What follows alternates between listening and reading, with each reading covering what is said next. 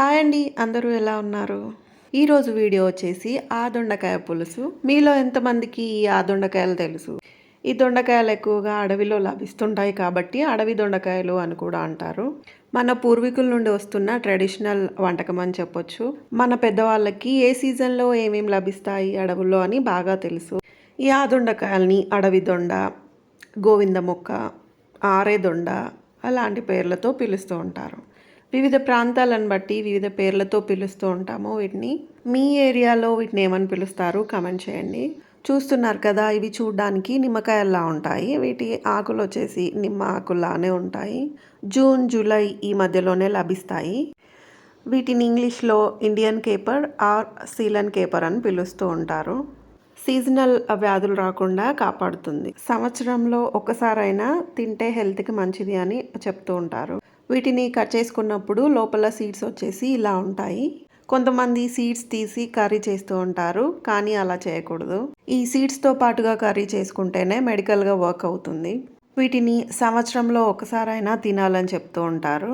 ఎందుకు అంటే 64 రోగాలని దొండ దూరం చేస్తుంది అని అంటారు. పోషక విలువలు, విటమిన్స్ ఎక్కువగా ఉంటాయి కాబట్టి, లైక్ కళ్ళ సమస్య ఉన్న, వాత, కఫ, గొంతు సమస్యల్ని దూరం చేస్తుంది. కాన్స్టిపేషన్ ప్రాబ్లం ఉన్న వాళ్ళకి, బాడీ పెయిన్స్ ఉన్న వాళ్ళకి ఇది చాలా యూస్ఫుల్ అని చెప్పొచ్చు. ఫైబర్ కంటెంట్ ఎక్కువగా ఉండడం వల్ల వెయిట్ లాస్ అవ్వాలనుకునే వారికి చాలా బాగా ఉపయోగపడుతుంది. డయాబెటీస్ ఉన్న వారికి మాత్రం రామబాణం లాంటిది అని చెప్పవచ్చు. ఇలాంటి ఎన్నో సమస్యలని దూరం చేస్తుంది కాబట్టే సర్వరోగ నివారిణి అని పిలుస్తూ ఉంటాము. కాబట్టి ఇవి ఎక్కడ కనిపించినా అస్సలు వదలకండి. ఇవి వర్షాకాలంలో మాత్రమే లభిస్తాయి. ఈ చెట్టు ఆకుల్ని, బెరడుని కూడా స్కిన్ ప్రాబ్లమ్స్కి మెడిసిన్గా యూజ్ చేస్తూ ఉంటారు. ఎన్నో ఔషధ గుణాలు కలిగిన ఈ దొండకాయని సంవత్సరంలో ఒక్కసారైనా తప్పకుండా తినండి. మన అమ్మమ్మలు, నానమ్మలు ఈ దొండ గురించి ఒక విషయాన్ని చెప్తూ ఉంటారు. అది ఆయిటికి ముందు దొండ అది చెప్తూ ఉంటారు. అసలు దాని మీనింగ్ ఏంటి అని నేను చాలా వెతికాను. ఫైనల్గా తెలుసుకుంది ఏంటి అంటే, అడవికి ముందు దొండ. వర్షాకాలం స్టార్ట్ అవ్వగానే అడవి మనకు ముందుగా ఇచ్చేది ఈ దొండకాయలనే కాబట్టి అడవికి ముందు దొండ అనే ఈ పదాన్ని రాను రాను వాడుక భాషలో అలా ఉపయోగిస్తున్నారు అనిపించింది. మీలో ఎంతమందికి దీని గురించి తెలుసు? మీకు తెలిసిన విషయాలని తప్పకుండా కామెంట్ చేయండి. నెక్స్ట్ ఇప్పుడు ప్రాసెస్లోకి వెళ్దాము. ముందుగా దొండకాయలని శుభ్రంగా కడిగి ఇలా కట్ చేసుకున్న తర్వాత ఒక బౌల్ తీసుకొని దాంట్లో వాటర్ వేసి ఉడికించుకోవాలి. మరీ మెత్తగా కాకుండా మీడియంగా ఉడికించుకోవాలి. 5 మినిట్స్లో ఉడికిపోతాయి. కర్రీ చేసేటప్పుడు కూడా కొంచెం కుక్ అవుతుంది కాబట్టి ఇప్పుడు కొంచెం మీడియంగా ఉడికించుకుంటే కర్రీలో పూర్తిగా కుక్ అయిపోతుంది. 5 మినిట్స్లో ఇలా ఉడికిపోతుంది. తర్వాత వీటిని స్ట్రైన్ చేసుకోవాలి. నెక్స్ట్ స్టవ్ ఆన్ చేసుకొని స్టవ్ పైన ఒక ప్యాన్ పెట్టి 3 స్పూన్స్ ఆయిల్ వేసుకోవాలి. ఈ కర్రీని లో ఫ్లేమ్లో చేసుకుంటే బాగా కుక్ అయ్యి టేస్టీగా ఉంటుంది కర్రీ. ఆయిల్ హీట్ అయ్యాక 1 స్పూన్ శనగపప్పు, తర్వాత ఎండుమిర్చి, 2 కట్ చేసుకున్న పచ్చిమిర్చి వేసుకోవాలి. తర్వాత 1 స్పూన్ జీలకర్ర, నెక్స్ట్ 1 స్పూన్ ఆవాలు తీసుకోవాలి. ఒకసారి అన్నీ వేసాక ఇలా కలుపుకోవాలి. నెక్స్ట్ వచ్చేసి ఆనియన్స్ 2 పెద్దవి తీసుకున్నాము. ఆనియన్స్ ఎక్కువగా వేసుకుంటే కర్రీ టేస్ట్ అనేది బాగుంటుంది. నెక్స్ట్ ఆనియన్స్ వేసాక కొద్దిగా సాల్ట్ యాడ్ చేసుకోవాలి. ఆనియన్స్ త్వరగా వేగిపోతాయి కాబట్టి. ఒకసారి అన్నింటినీ ఇలా కలుపుకొని మూత పెట్టి ఒక 2 మినిట్స్ మగ్గనివ్వాలి. ఆనియన్స్ ఇలా వేగిపోయాక కొద్దిగా పసుపు యాడ్ చేసుకోవాలి. పసుపు యాడ్ చేసుకున్న తర్వాత ఒకసారి ఇలా కలుపుకొని కరివేపాకు యాడ్ చేసుకోవాలి.